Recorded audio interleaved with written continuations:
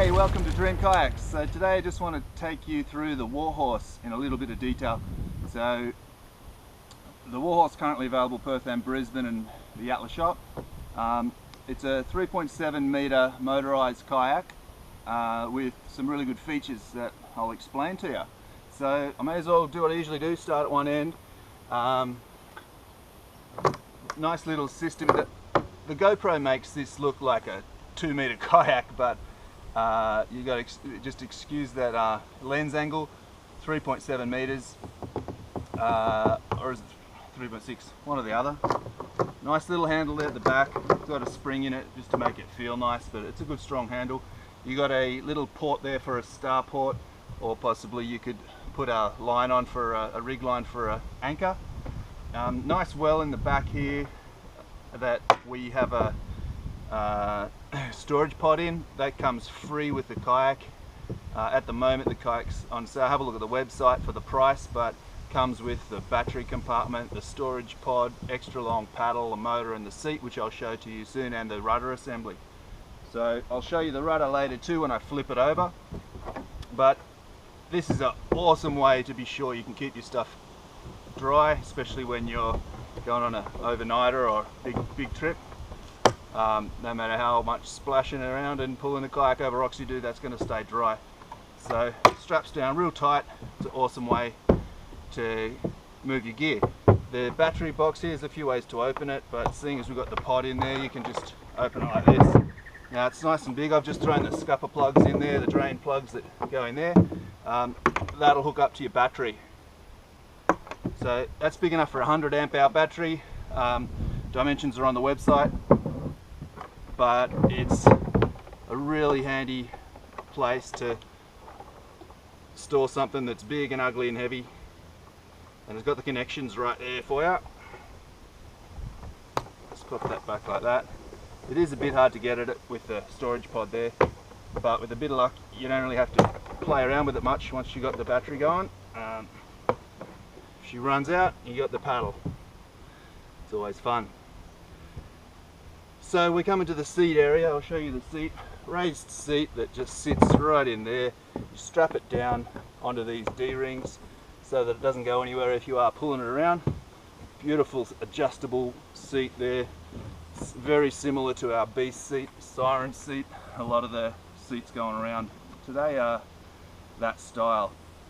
We got heaps of spare straps, so you know, if you're really hammering it and you break those buckles or anything, we got spare buckles, spare straps, the whole deal.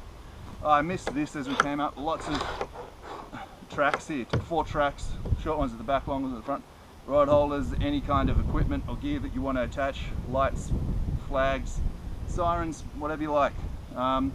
Slightly different style of track to our other kayaks, but this is really good. It's got these little sliders in here that are perfectly made for starports, Railblazer starports. Bolt them in, you're done. You don't need a $10 track kit to get it into the track. All you need is a starport. So you got 5 starports, you're going to save yourself $50 there, straight up. And they slide here, but once you bolt them in, they pull up and they hold tight and don't move in, don't go anywhere. Some extra little starport holders there if you need them. Well, more the better with that stuff. I mean, that's the beauty of these kayaks we got at the moment. This one particularly, heaps of room. Anywhere you want on this kayak, you can attach things. Lots of tie down points. These rubber net pockets are just really good for organising your gear.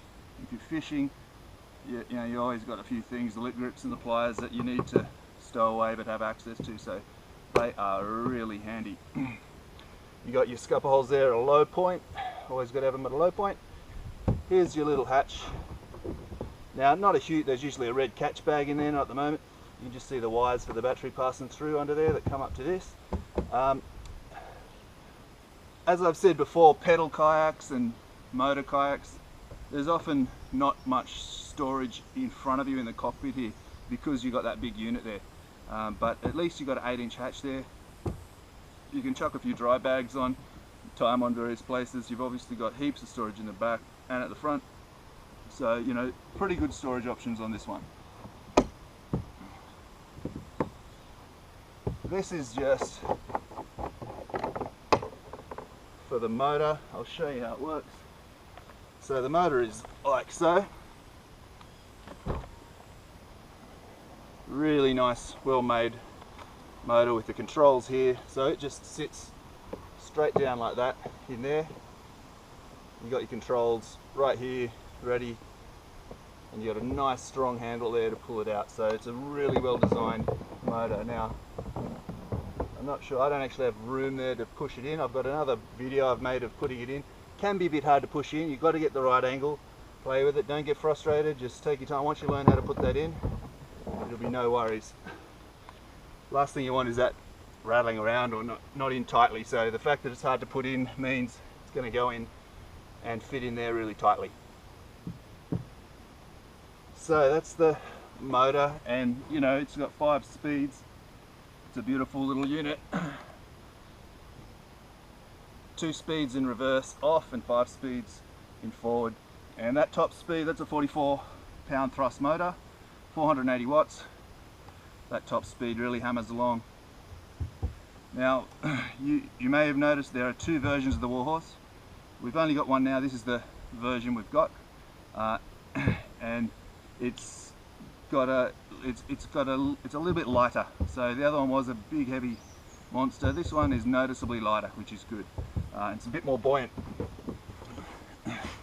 So that distance there, you can't see my bottom hand, but you know, there's a good amount of air in there. If you've got a kayak with only a tiny amount of air between the top and bottom layers of plastic, it's not going to be buoyant. The water's going to come up into the deck, and it's going to be a sinky kind of low-sitting kayak. We don't like low-sitting kayaks, we like them to sit as high as possible. A really good sign straight off of a good kayak. Have a look at any of the videos of pictures of our Dreamcatcher 4.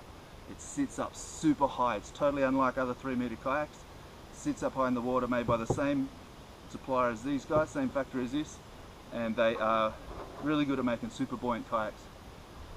So here's the pedal system. I haven't arranged it. It's sort of knocked down for travel. This is how it comes out of the box. If they're sticking up, they'll kind of get damaged, so they've been held down, but obviously adjustable. You have to spend, we'll make another video of the rudder assembly, but you have to spend a few minutes, preferably in the water, just adjusting it and making sure you get it just right. But it's not hard at all. A couple of little mounts there, or docks for side ports, Railblazer side ports. You could also obviously arrange some sort of dock there for, you know, 3 or 4 or 5 star ports going across there, either locked into the side ports or just drilled into the side there. Now the front is a little bit smaller than the other version of the Warhorse, which we don't sell anymore. It's got the catch bag. That's a huge area there. Now that comes assembled along here. I'll show you the other side. I don't really like it. Some people like that. I don't like it, so I've taken that off. So that is a good solid bit of storage there. And you can just walk up here and access it, or you just get it on the side, get it on the bank when you stop off. Front carry handle. So that's that really. Like I said, it comes with an extra long paddle. If you're sitting up high in a wide kayak like this, most people feel more comfortable with a longer paddle. So this is I think a 240 centimeter paddle, extra long, and it's standard with the Warhorse. I'll show you the underside. A few boxes I've been propping it up on there. I'll get them out of the way. Really nice keel line, this kayak. Super good keel line. I'm not sure what angle's best, but you can see that juts out a lot. That's a super strong V, and this jumps out here and is just a really good way of cutting into the water and making sure you track. This kayak tracks really well. Strong edges, strong V-shape front and back on the keel line. That's what you want to look for. Kayaks don't just track well for no reason. There are physical features that you can see that make them track well.